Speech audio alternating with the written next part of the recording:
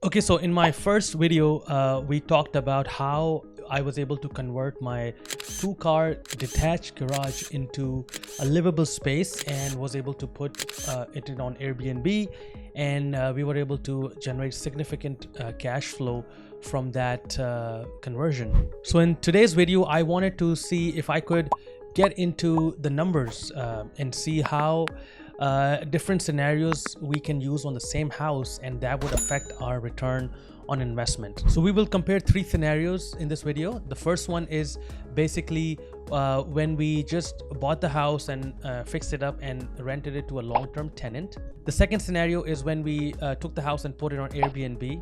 And then the third scenario is when we converted our garage into an additional space and rented that on Airbnb as well as a separate unit. So we bought this property in April of 2019 for around $130,000. At that time, we put around $26,000 as a down payment plus a closing cost. And once we bought the house, we spent another $40,000 to fix up the property. So those two numbers are what we have to use in order to calculate our return on our cash spent. Okay, so the long-term tenant, we rented the property for $1,500 a month. When you times that by 12, that's $18,000 a year. We also charge them around $1,000 as pet fees, and if you add that in to the $18,000, that comes out to be $19,000 a year, and that is the gross rent that the property produced under the long-term tenant. Okay, so we pay our mortgage, property taxes, and insurance as one bill, which is $1,243 a month. Now, if you times that by 12, that comes out to be $14,916 for the whole year. Now, another expense that a lot of people miss is maintenance. We have to set a budget for that. Usually, the rule of thumb is 10% of the rent collected. So in this case, 10% of $1,500 would be $150 a month.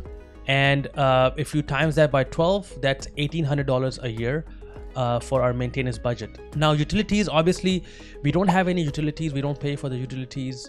The long-term tenant pays for that, so we don't have to spend any money there. So once you add the total expenses, the total comes out to be $16,716. Now, once we subtract the total expenses from the income that we generated, the total cash flow for the month comes out to be $190 and $2,284 for the whole year. Now we will take the net income for the whole year, which is $2,284, and we will divide it by the sum of the down payment, which was $26,000, and then the renovation budget, which was $40,000. So the total is $66,000, and the cash on cash flow comes out to be at 3.4%. Now, in our second scenario, when we take the house and put it on Airbnb, we have been running it on Airbnb for about 2 years, and our average income after the Airbnb takes their fees is about $2,500 a month. Now, when you times that by 12, that's $30,000 a year in income. The property now again, the property taxes, the mortgage, and the insurance are the same at $1,243 and $14,916 for the year. We'll go with the same maintenance of 10%, which is around $150 a month and $1,800 for the year. Now, obviously, we do have to pay for utilities when we are running our Airbnb.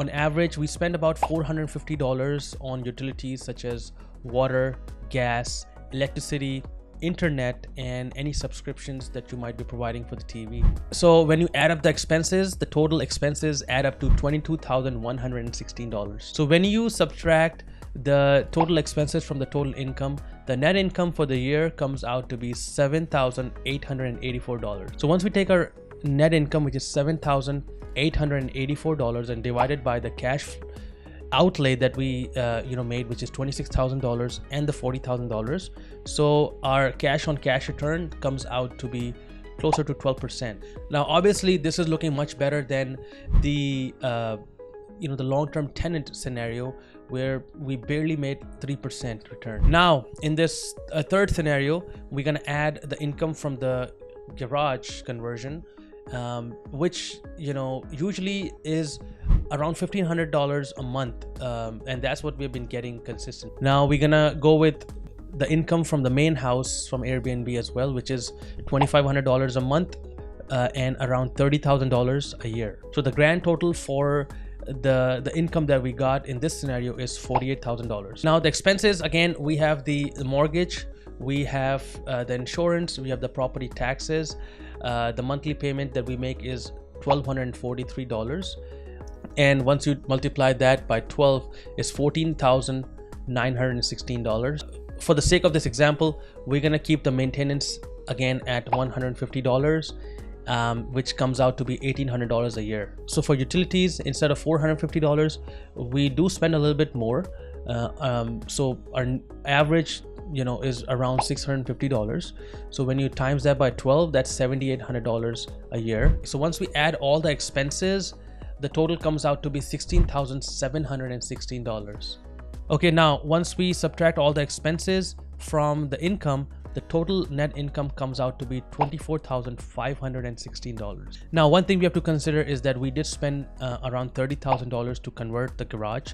So that is what we're gonna add as part of our cash outlay or the cash spent, when we are calculating our cash on cash return. So the total cash spent for this property would be $26,000 for the down payment, $40,000 for the remodel of the main house, and then $30,000 for remodeling the garage. Now, once we apply the same formula for the cash on cash return, our total cash on cash return comes out to be 25%, which is incredible, which is amazing.